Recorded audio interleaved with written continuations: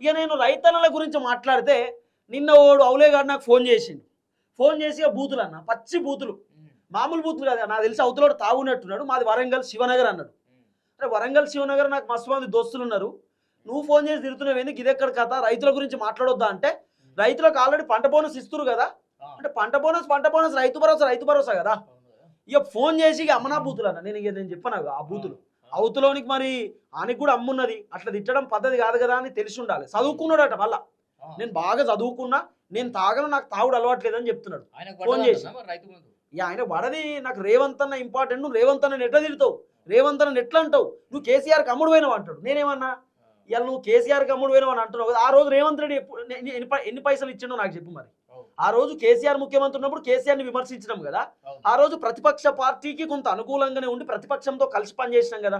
మరి ఆ రోజు రేవంత్ రెడ్డి నాకు ఎన్ని పైసలు ఇచ్చిండు, ఇలా కేసీఆర్ నాకు ₹1,00,000 ఇచ్చిందంటే మరి ఆ రోజు రేవంత్ రెడ్డి ₹1,00,000 ఇచ్చినట్టే. అదే చెప్పిన ఆ పోరోడి సప్పులు లేదు, ఇక సెట్ అయిపోయి, అట్లా కాదన్నా నేను నెంబర్ కోసం చాలా రోజులు దెవలాడుతున్నా అంటే, నేను వివి అయిపోయినా, నా నెంబర్ ఎవరిని అడిగినా చెప్తారు.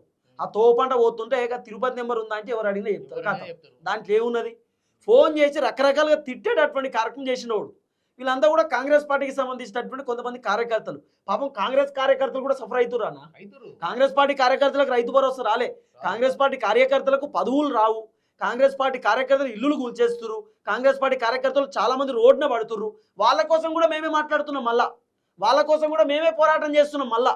అయినా సరే రేవంత్ అన్నను ఎందుకు తిడతావు, రేవంత్ అన్నను ఎందుకు ఏమంటున్నావు అంటే, రేవంత్ అన్న మా సుట్టపోడు ఏమన్నా, రేవంత్ అన్న తెలంగాణకు బాస్, తెలంగాణకు ముఖ్యమంత్రి అయినా. ఎస్, కొంతమంది అంటారు చిన్న స్థాయి నుండి ఎదిగిండి అన్న అంటే, అవును వాస్తవం, నేను యాక్సెప్ట్ చేస్తున్నాం. కానీ రేవంత్ అన్న శరీరంతో మాకు ఏమాత్రం పంచాయతీ లేదు, రేవంత్ అన్నతో ఏమాత్రం పంచాయతీ లేదు మాకు. రేవంత్ అన్నకు సంబంధించినటువంటి ఆలోచన విధానాలతోటి పంచాయతీ అమ్మా, రేవంత్ అన్నకు సంబంధించిన డిసిషన్స్ తోటి పంచాయతీ.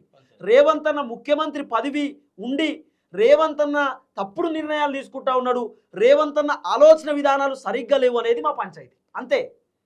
అంతకు మించి రేవంత్ అన్నతో మాకేం పంచాయతీ, ప్రశ్నిస్తాం ఖచ్చితంగా.